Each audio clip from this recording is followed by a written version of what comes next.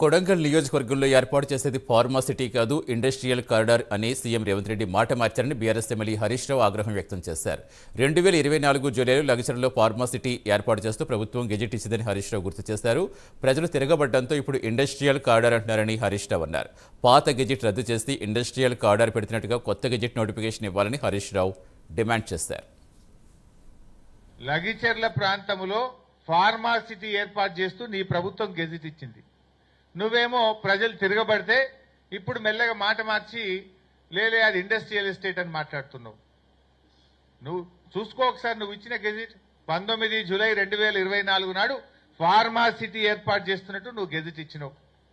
సరే, నిజాన్ని నిర్భయంగా ఒప్పుకో, తప్పయింది, నేను ఫార్మాసిటీకే ఇచ్చిన, నేను పొరపాటు చేసిన, ఆ ఫార్మాసిటీ గెజిట్ ను విత్డ్రా చేసుకుంటున్నా అని చెప్పి విత్డ్రా చేసుకో.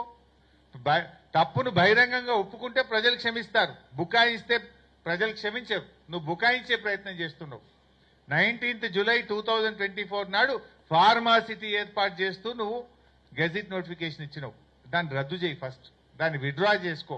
అది ఇండస్ట్రియల్ ఎస్టేట్ గా మళ్ళీ కొత్త గెజిట్ నోటిఫికేషన్ ఇస్తేనే అది ప్రజలు నమ్మేటువంటి అవకాశం ఉంటుంది. అయినా అక్కడ ప్రజలు ఏమంటున్నారు, అసలు నీ నియోజకవర్గంలో నిన్ను ఓటేసి గెలిపించిన ప్రజలతో మాట్లాడడానికి నీకు ఎందుకు అంత భయం?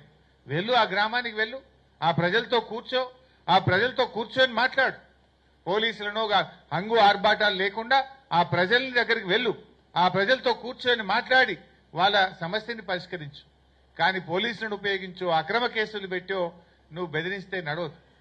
ఇంకా ముఖ్యమంత్రి గారు నిన్న మీరు చూశారు, ఆయన నియోజకవర్గం లగిచెర్లలో అది ఫార్మాసిటీ కాదు, అది ఇండస్ట్రియల్ ఎస్టేట్ అని మాట మార్చిండు. అబద్ధం ఆడడానికి సిగ్గుండాలి. నువ్వు ఇచ్చిన గెజిట్ నోటిఫికేషన్లో ఏముంది? జూలై 2024 19 జూలై 2024 నాడు లగిచెర్ల ప్రాంతంలో ఫార్మాసిటీ ఏర్పాటు చేస్తూ నీ ప్రభుత్వం గెజిట్ ఇచ్చింది. నువ్వేమో ప్రజలు తిరగబడితే